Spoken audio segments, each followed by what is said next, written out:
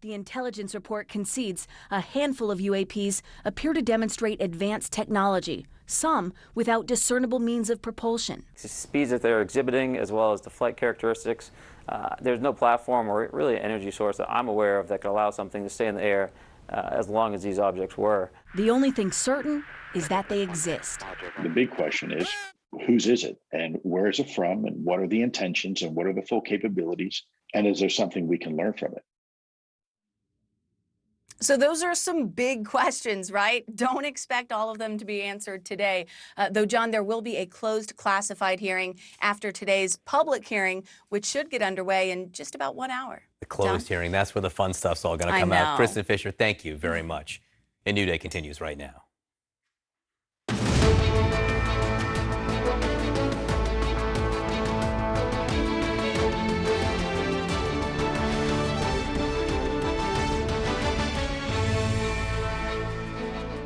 Good morning to viewers here in the United States and all around the world. It is Tuesday, May 17th. I'm John Berman.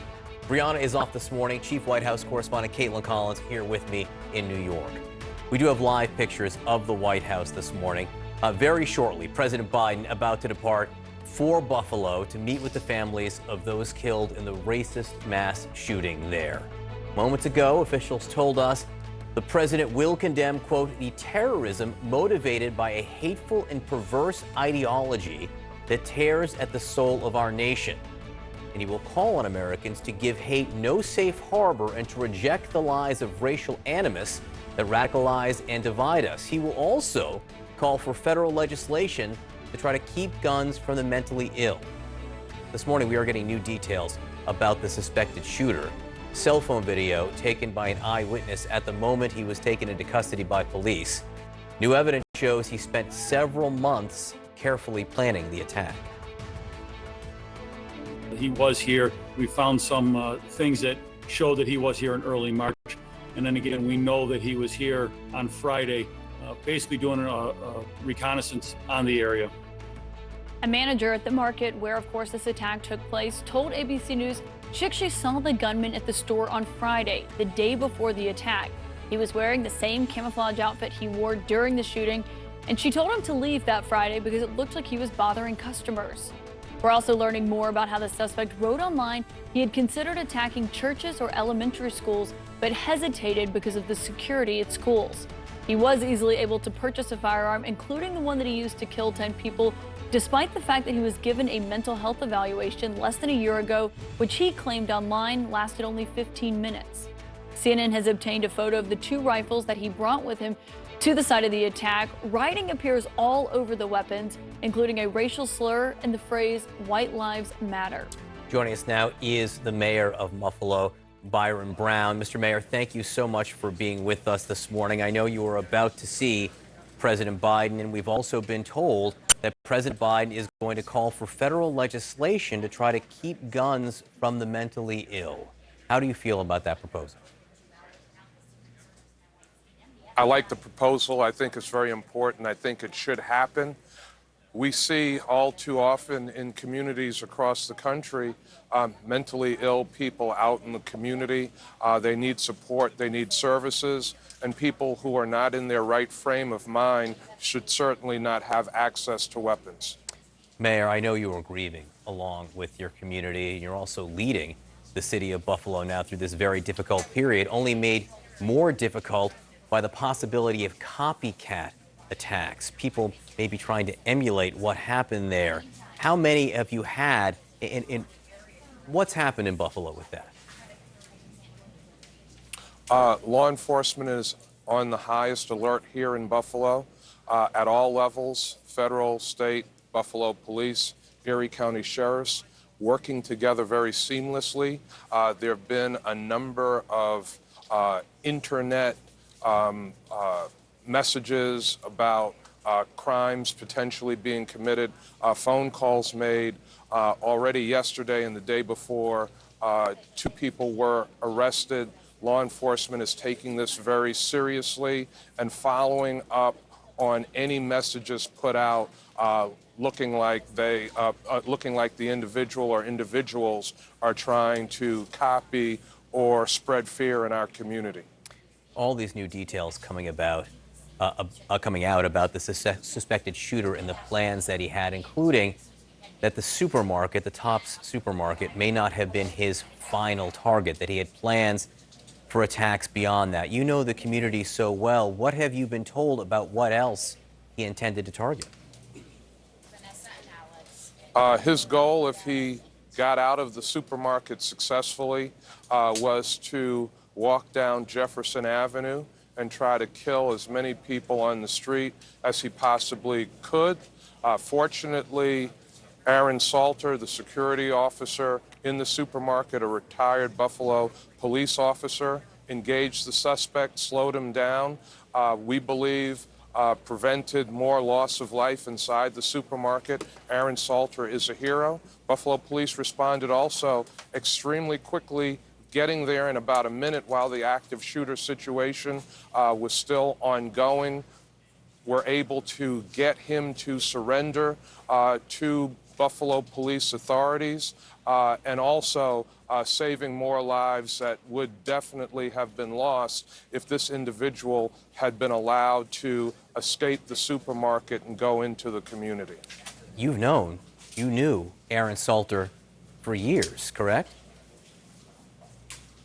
I knew Aaron Salter for many years. I knew his late parents, family man, community protector, someone who believed in protecting and serving the community, took it very seriously. And even after retirement from a career in the Buffalo Police Department, he continued to protect and serve the community as a security officer, someone who was very well respected on the Buffalo Police Department and well respected in the community. So President Biden, again, who you are about to meet with very shortly, we've been told by the White House he's going to talk about fighting the terrorism motivated by a hateful and perverse ideology that tears at the soul of our nation. I want you to talk about this hateful and perverse ideology and the way that it's reaching people. How do you think it is being disseminated across the country?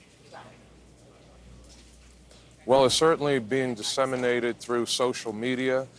Social media is a way that this hateful ideology, racist ideology, other forms of hate are being spread across the country, ways that Americans are being radicalized in ways of hate and hate speech and hateful theories, false information, false theories. The president is absolutely in the right direction, focusing on reining that in, on condemning it, and taking steps to prevent it from continuing. So much hate has been proliferated on social media, but also on the airwaves of American television, and those things have to be looked at very seriously, and they have to be reined in. Mayor Byron Brown of Buffalo, we appreciate the work that you're doing. Thank you so much for being with us this morning. Thank you very much. Joining us now is Shannon Martinez, a former white supremacist who is now a fellow for the Polarization and Extremism Research Innovation Lab, also known as PERIL, at American University. Shannon, thank you so much for joining us this morning, because this has really put something like this at the forefront of the national conversation. When you look at what this suspect wrote online, what he said, these online hateful screeds that he had, and I wonder what stands out to you given your past experience. Thank you so much for having me. Part of the work that I have been doing over the last 25 years is mentoring people as they leave these ideologies and networks and worldviews. One of the things that completely stands out to me is that that this is not just like an isolated case, right? That we've heard a lot, like he radicalized online alone or whatever.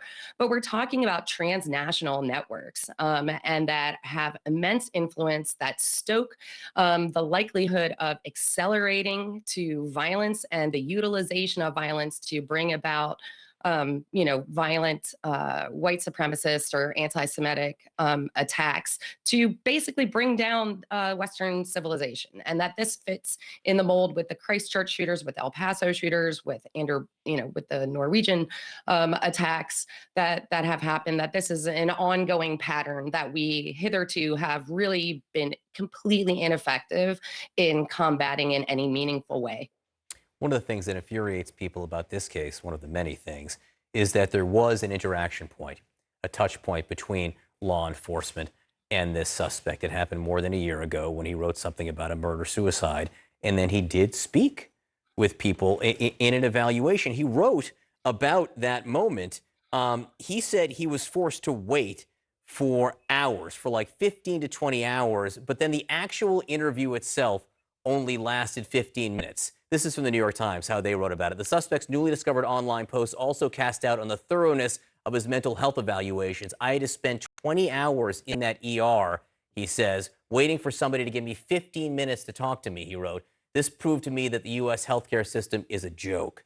Obviously, 15 minutes not enough to discern that something like this might happen. So how do you find out something like this might happen? How do you do a better job in that touch point discovering something like this?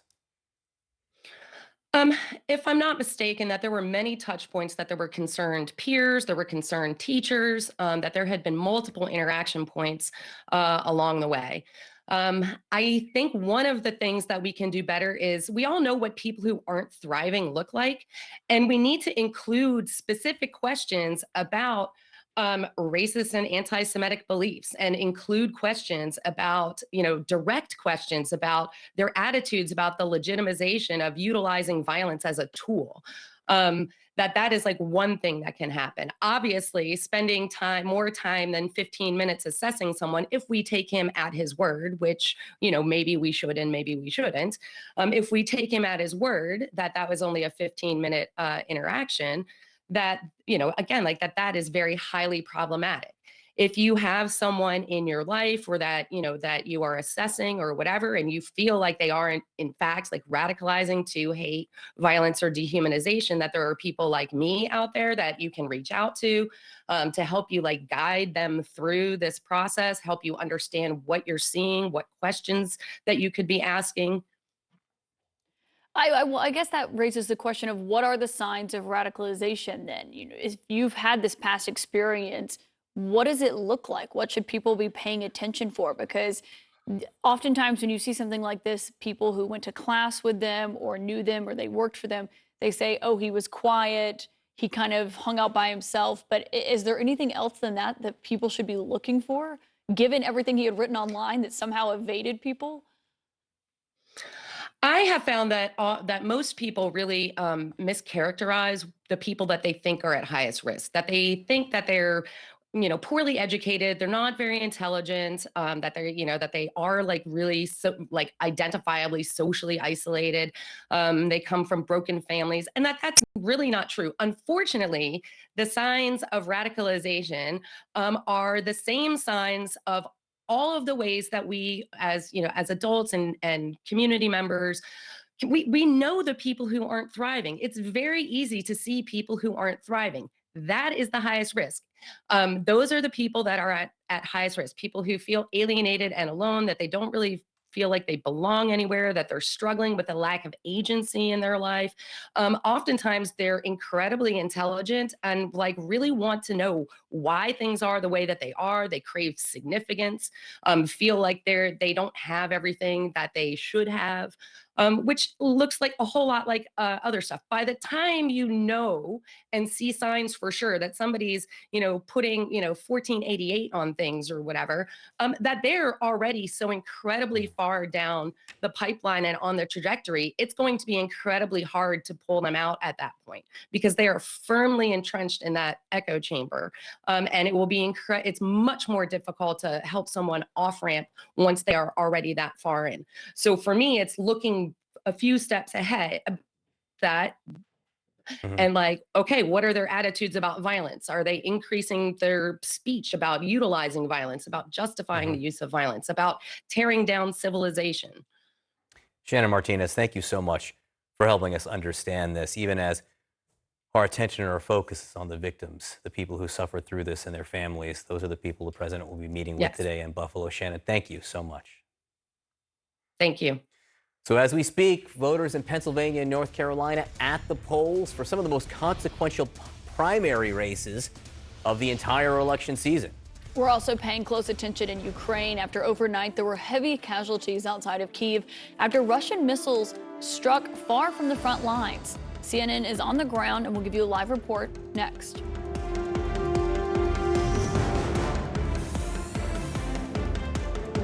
I sold my car to pursue my dream of making Undercover Boots a reality. With just an idea written on a napkin, I moved back home to my childhood bedroom to start my new life. With a little help from my friends, my idea started to come to life. Boots that were fun, colorful, and inspired by the natural beauty of Panama. Sure, I made some mistakes, like when my first shipment turned my mom's home into a warehouse. She almost kicked me out. But I persisted, and I grew with the business. We are creating jobs, happy customers, great relationships, and donation initiatives. And with great partners like DHL, we are leaving positive footprints all over the world.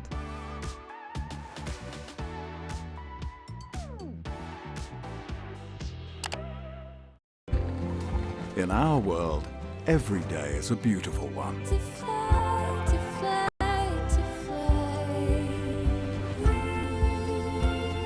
The weather, sponsored by Qatar Airways.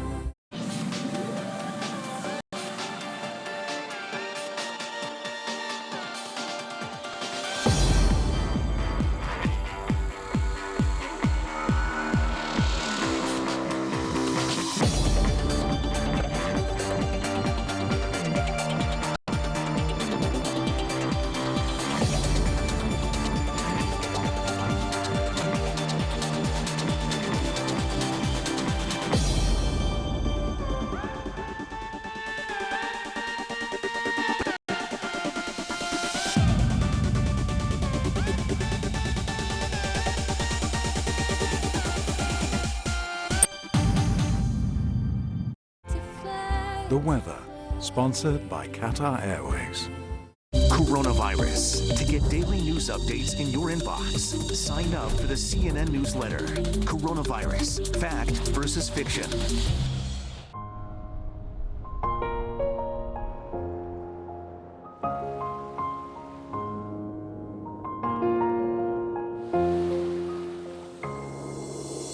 We share this place, we all belong.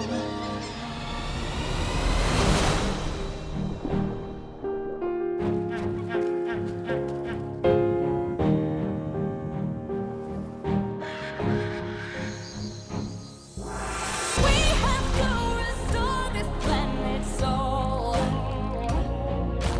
Teach it something more than what we know. Give it water, give it sun, room to grow. I can see a better tomorrow. I can see a better tomorrow. Transformation, technology, new Marketplace Europe. Brand designs and brand price tags to match. We're exploring the luxurious world of watches. Marketplace Europe, Sunday on CNN.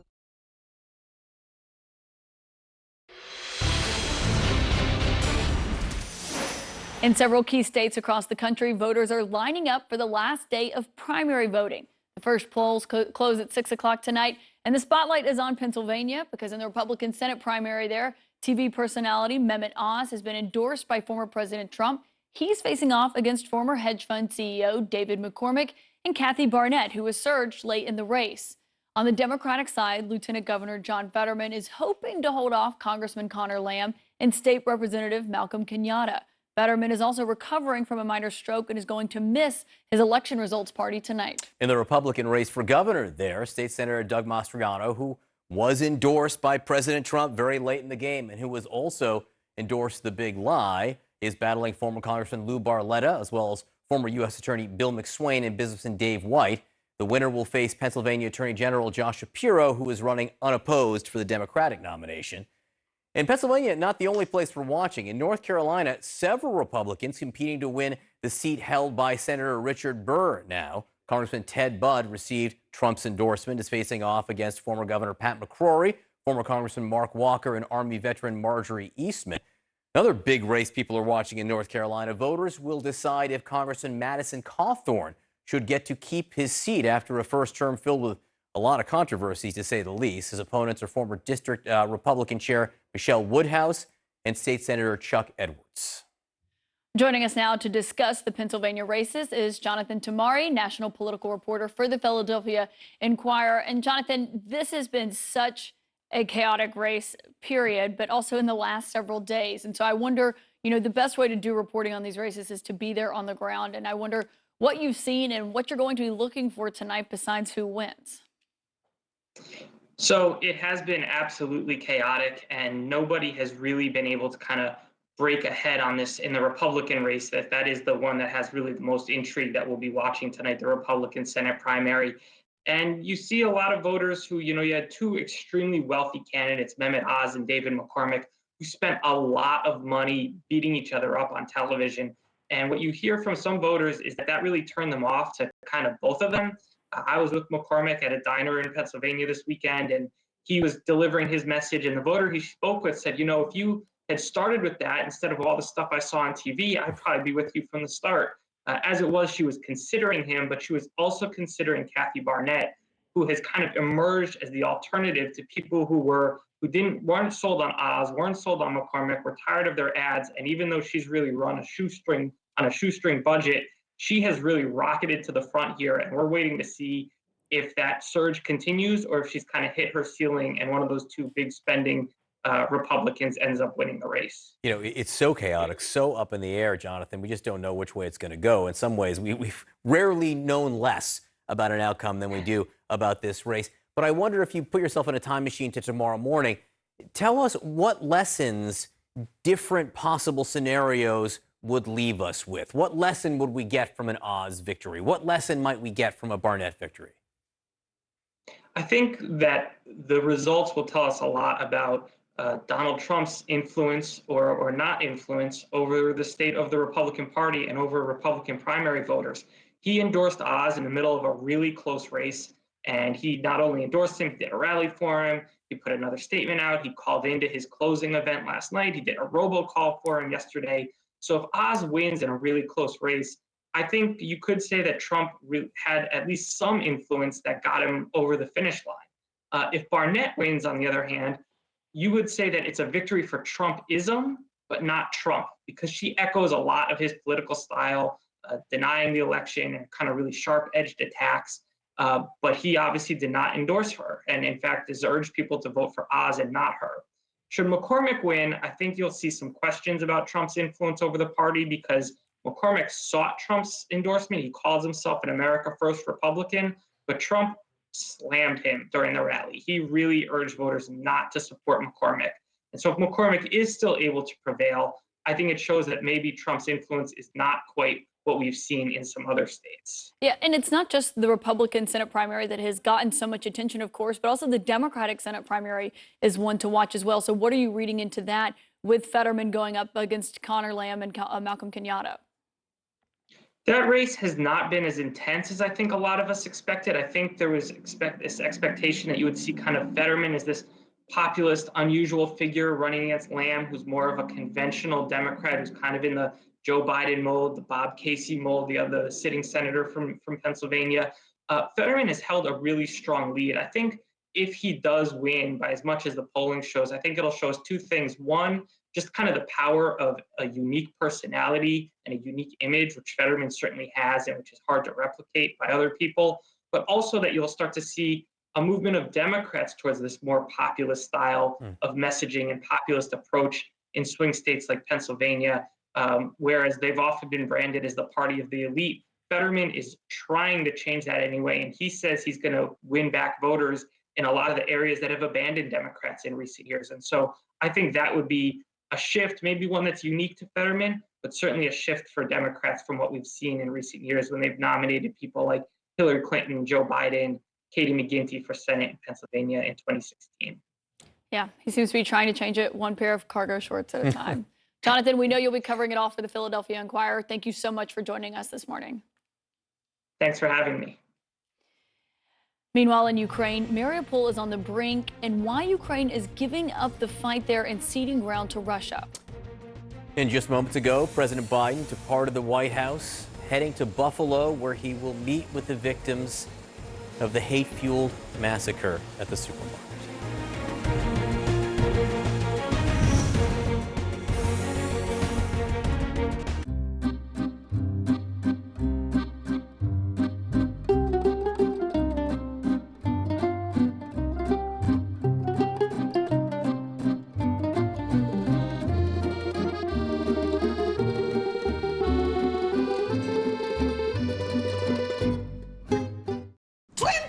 Naira for free. 20,000 Naira bonus. Is your line blocked?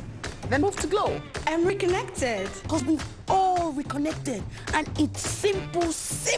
Dial *109# and link your NIN to your new or existing Glow number. Get up to 20,000 Naira for free with Glow. 20,000 Naira bonus free. Yes, so free. Nigel, what are you waiting for?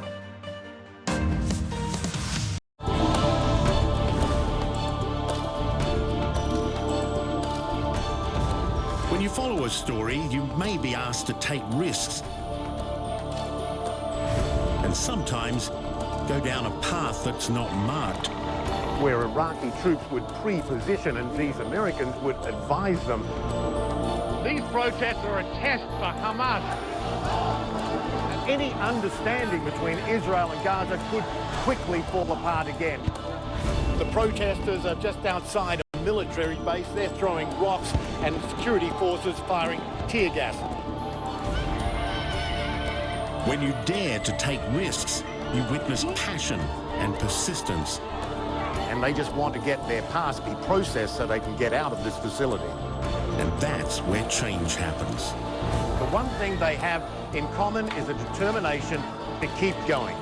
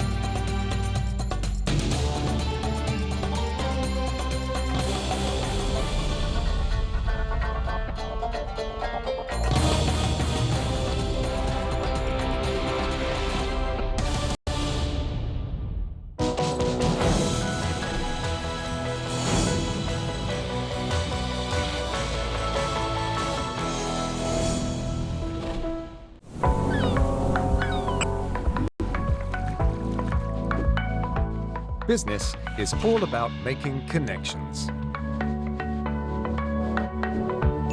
But some connections are easier to make than others.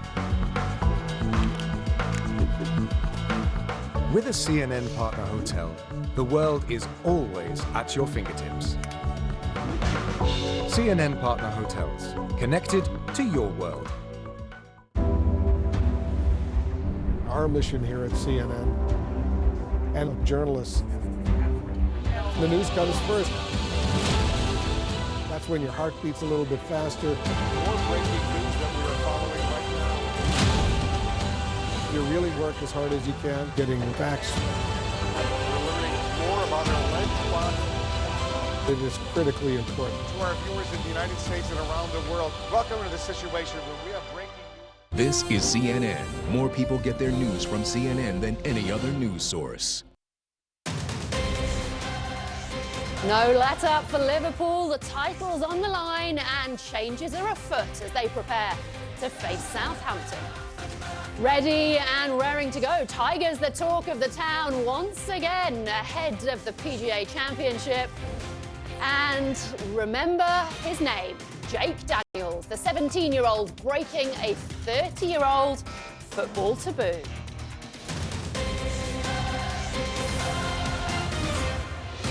Hi, thanks for joining us. Welcome along to World Sport Live from London with me, Amanda Davis. Is today the day the English Premier League title gets decided? Well, Liverpool are certainly hoping not. Headed to Southampton knowing defeat would hand the trophy back to Manchester City for another year. Jurgen Klopp's side head into the game 4 points behind City, but knowing a victory will see the title race head into Sunday's season finale. They've only had 2 clear days to prepare for the game after Saturday's FA Cup final win on penalties.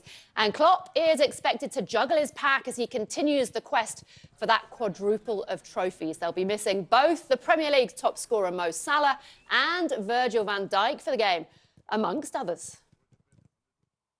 I have to make a lot of decisions. And then we will line up a team. What I can promise, and definitely, and say we will line up a team, and only for one reason: to try to win the game at Southampton, as difficult as it is, because that obviously is the job to do, and we have to see who is able to help. The 30 extra minutes made a big difference,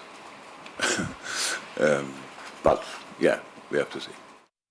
Something of a wry chuckle there. For more, I'm pleased to say we can cross live to Southampton, from where we're joined by Paul Machin, the co-founder of the Redmen TV. Great to see you as always, Paul. I mean, we saw Salah and Van Dijk both struggling on Saturday, didn't we? But there's talk of 7 changes for this. I mean, do you think that is the right call for Jurgen Klopp?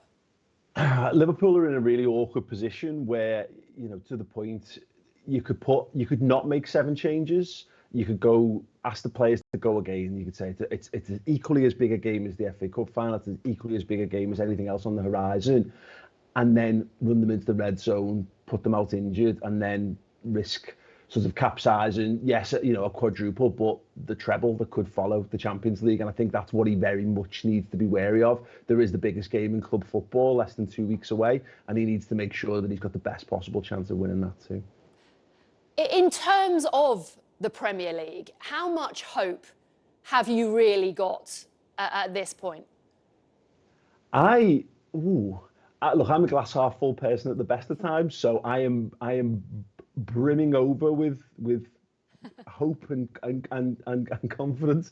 Because why not? Because Liverpool have kind of come this far, and it should be dead and buried. It shouldn't be even a slight possibility. And just that feeling of walking out of Wembley on Saturday, at Liverpool having secured a domestic cup double, and then literally driving back to Liverpool the next day with the Man City game on the radio and hearing the goals go in, and thinking, you know, it should be done, but it's not. And whilst it's not done, there are a few clubs quite like Liverpool on this planet for making things happen when there maybe other clubs would fall short. I mean, it's without doubt been a long season, hasn't it? And you know, we've been hearing that phrase, Liverpool being the mentality monsters. But from a fan perspective, going through the highs and lows of this season, what has it been like? Yeah, it's been absolutely exhausting. Yeah, completely and utterly. And it seems odd to say, I guess it falls on deaf ears to most people. I've worked far harder jobs as well than covering Liverpool Football Club. But as a fan, where you mentally kick every ball, if not physically, yeah, it's been draining. But the beauty is, of course, is having those wins along the way, big wins, important milestone moments. Of course, beating Manchester United a couple of times in good circumstances, the Merseyside derby, winning the League Cup, winning the FA Cup. It's just enough to keep the momentum going to roll on to the next game. You know, I hadn't planned on coming to Southampton away, but as soon as the FA Cup was secured, I felt a real burning desire to go again. And so it is, you know, it's 2 down, potentially 2 to go. I've seen the debate that you've been having on the Redmen TV about, you know, what is success for Liverpool at this point this season. Where is the bar for you? I think Liverpool, if there was a line that Liverpool had to get across to be deemed success, I think they did that at the weekend with the FA Cup. I wouldn't have said that the FA Cup or the League Cup individually were you know, they're not placed on a pedestal in the same way that the league title is or the European Cup is, of course. They're still very much the two that you want to win, and probably the European Cup above all. But having achieved that cup double for Liverpool the first time since 2001, which of course was on the way to a treble that season itself, I feel like they've done that now. I think, you know, if the worst comes to the worst and Liverpool weren't to lift the Premier League, and if something was to happen, they weren't to beat Real Madrid, for me, that's enough. Liverpool can have a parade, the fans can descend upon Liverpool, and we can give this team the send-off that it deserves, because it's come closer than any other team has in history so far. And listen, it yet might. But yeah, for me, that opportunity to finally get to celebrate those players properly, having missed out after winning the Premier League title, that they've crossed that threshold as far as I'm concerned. Brilliant. Everybody will be watching with interest. Paul, great to speak to you as always. Well, the post-mortem is taking place at Arsenal after Monday night's defeat to Newcastle leaves their Champions League hopes for next season hanging by a thread and out of their hands. Granit Xhaka says his side don't even deserve to be there. They arrived in Newcastle needing a win to keep qualification in their own hands, hoping to return to the Champions League for the first time since 2017, but they were second best throughout. They went behind to a Ben White own goal early in the second half. Newcastle made it 2-0 5 minutes from the end. Arsenal's players ultimately slumping to the ground at the final whistle as the implications of that defeat sank in. Stay with us. We're heading live to Oklahoma next as the countdown to the PGA Championship continues. Tiger has been back on the course and says he's feeling good. And what it means is starting to dawn on his rivals.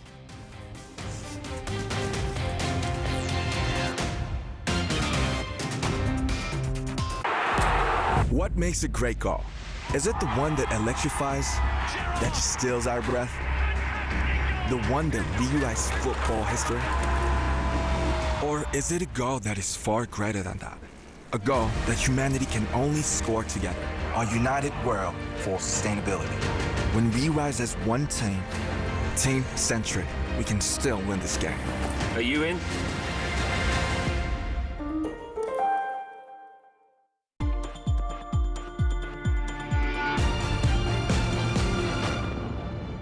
Everywhere that there are people, they can be exploited. And it is the most profitable form of business today. And in my opinion, the most evil form. My name is Jeannie Mai Jenkins. I'm a television personality and the executive producer of Surviving Sex Trafficking.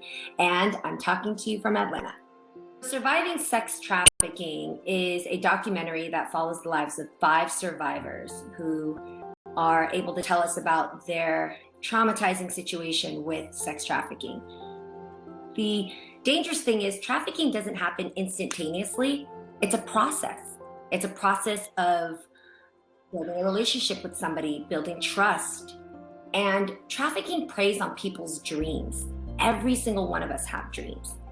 And trafficking finds a way to learn what your dreams are, and that trafficker preys on what your dream is and then gives you an exchange or some type of promise through either a relationship or love or affection or money in order for you to make your dreams come true. And that's why our film is intended to educate you, to inspire you through the lives of these survivors, but more than anything, tell you the stories of these 5 women who were trafficked in very different ways and how it could happen to anybody you know as well.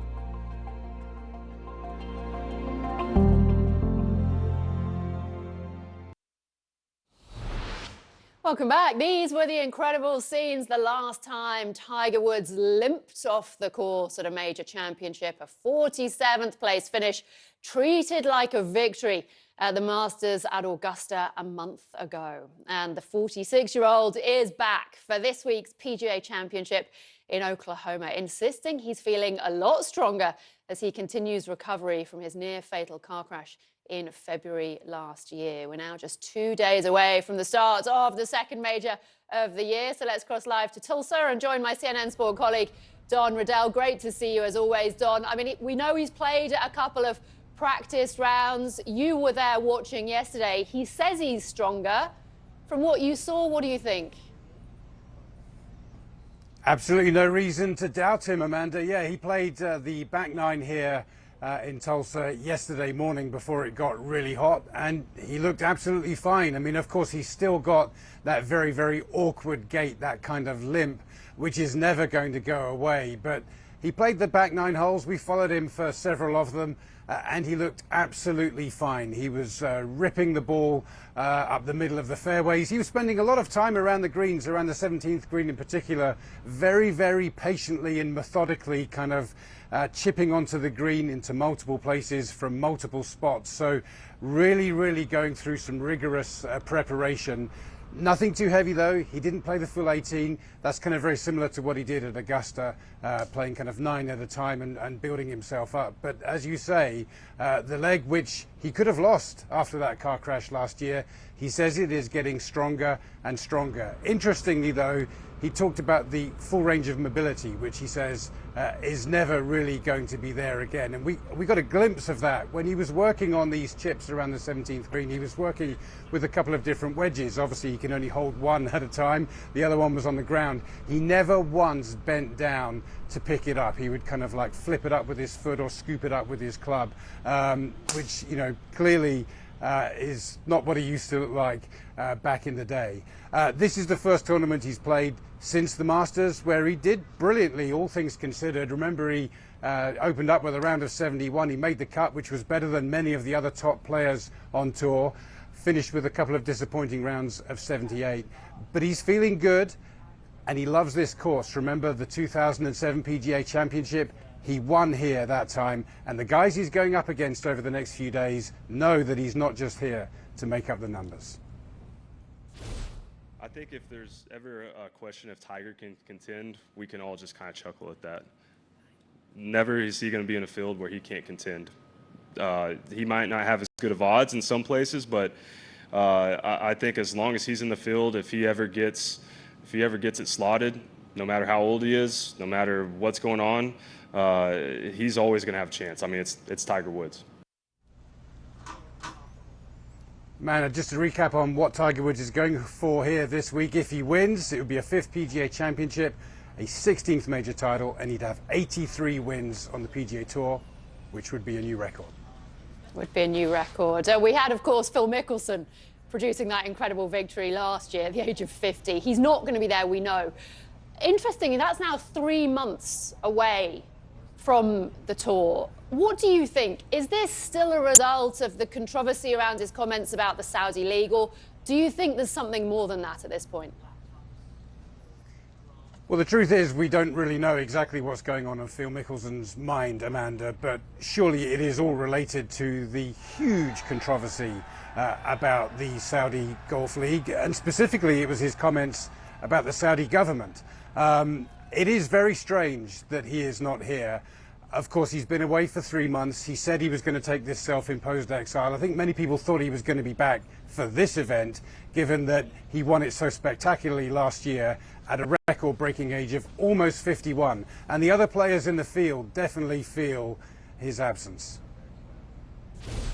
It's a bizarre situation, that's for sure. It's not often a defending major champion doesn't come back to defend. The only one that I can remember was when Rory got injured. So it's certainly a weird situation. I think we all would have liked to have Phil here to tee it up and see how he would have done. The tournament, or the way that he won it last year, was pretty spectacular. So, it's just a weird situation. So why isn't he here? Is it because he's just not mentally ready? Is it because he wasn't prepared to deal with the media and all the questions that would surely follow? As I said, we just don't know. The US Open is next month. That is the only major he has never won. It has proved so elusive throughout his career. He's got at least 5 years to have a go at it, because the PGA Championship victory last year gave him another 5-year exemption. If he doesn't show up for that in Boston, then that will seem pretty serious. But very, very strange for sure that he's not here this week, Amanda. Yeah, absolutely. Focus for now, though, very much on 4 days of what will be fantastic action. Plenty more from yourself and the team, I know, to come. Thanks very much, Don. Yeah. Now, stay with us. 17-year-old Jake Daniels only made his professional football debut here in England 2 weeks ago. Already he has made the most groundbreaking impact.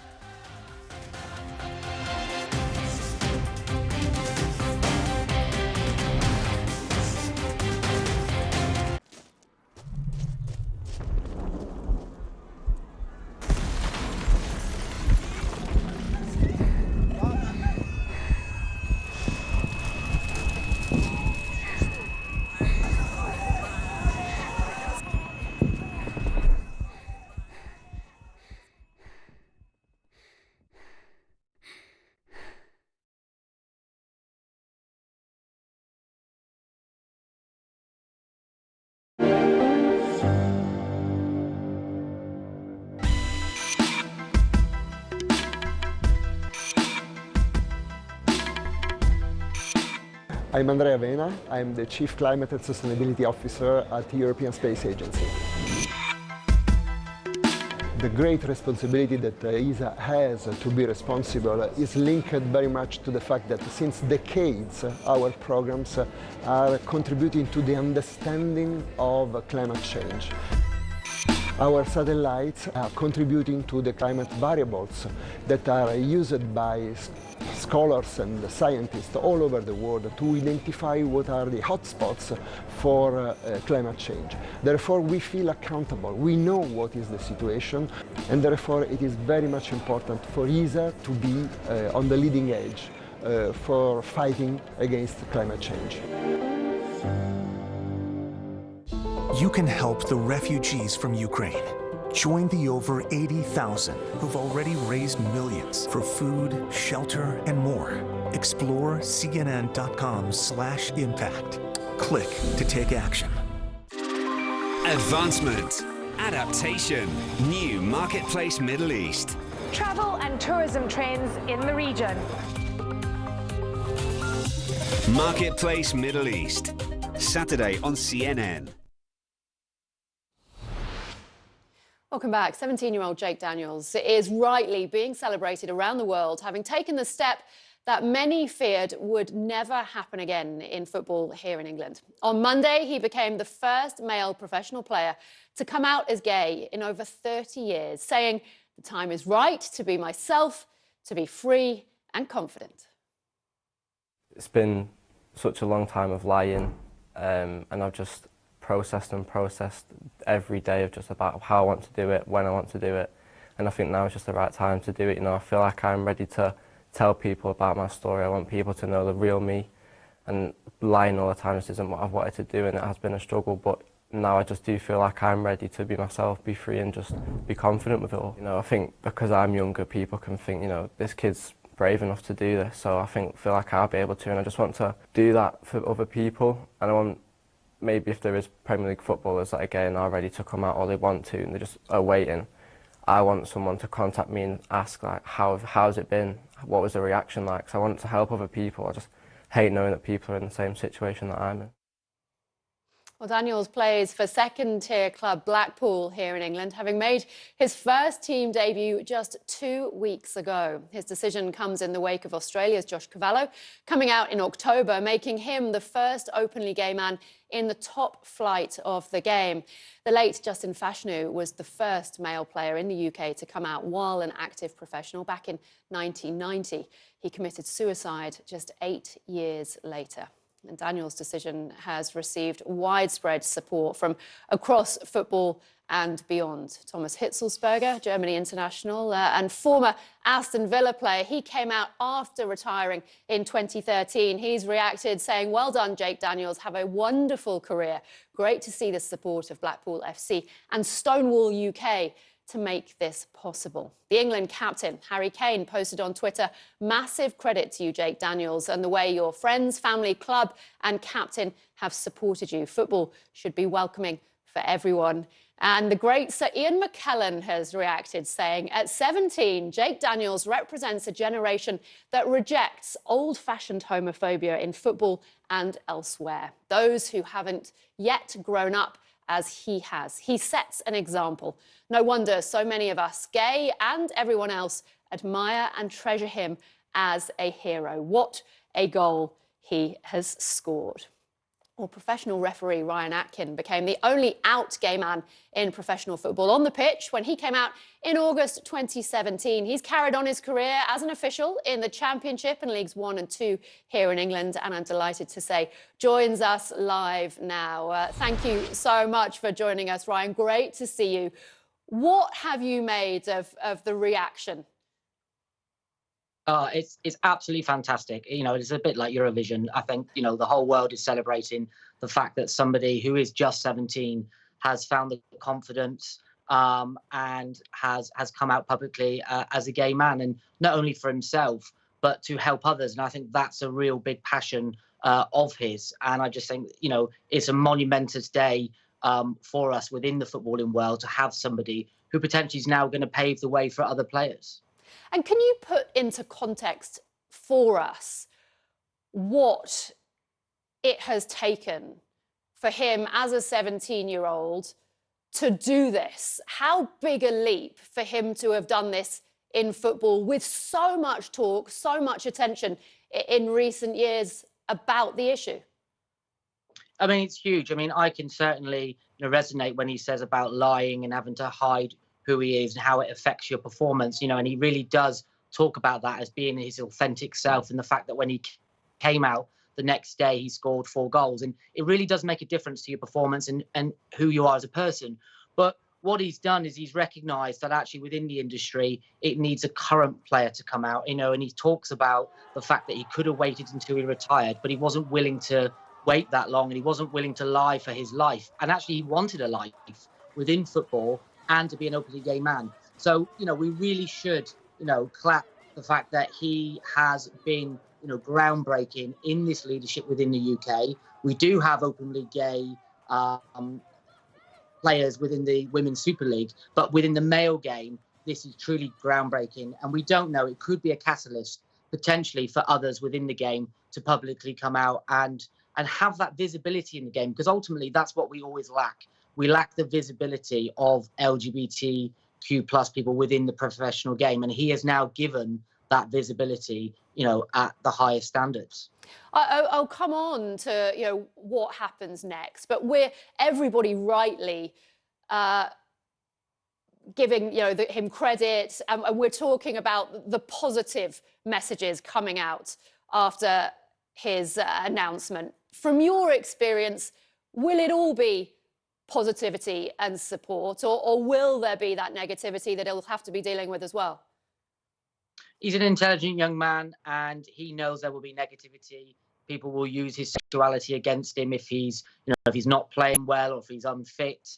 And unfortunately, that's something that is prevalent.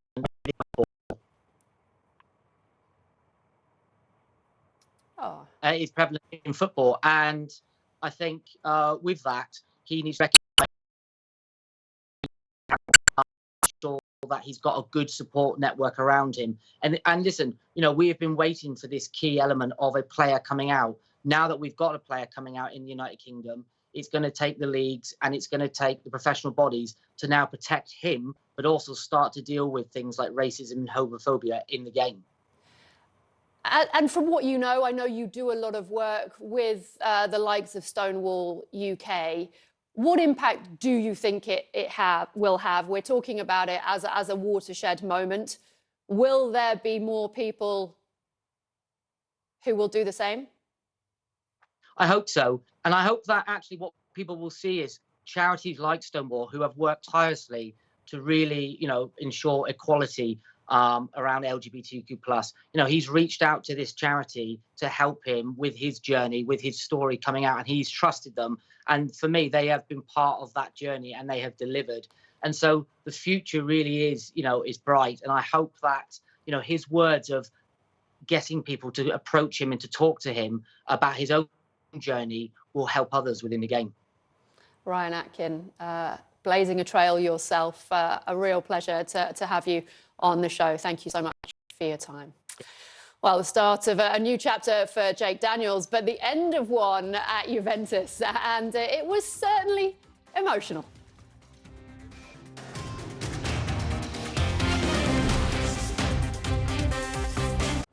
Through investment in STEM schools, Egypt has committed to building a more diverse and inclusive workforce. They are encouraging women and girls across the country to pursue careers in science, technology, engineering, and mathematics. By ensuring that they are not just represented, but are also empowered to thrive across all sectors, Egypt has demonstrated their commitment to investing in the country's youth and in the mission to achieve sustainable development goals. Transformation, technology, new Marketplace Europe. Brand designs and brand price tags to match. We're exploring the luxurious world of watches. Marketplace Europe, Sunday on CNN.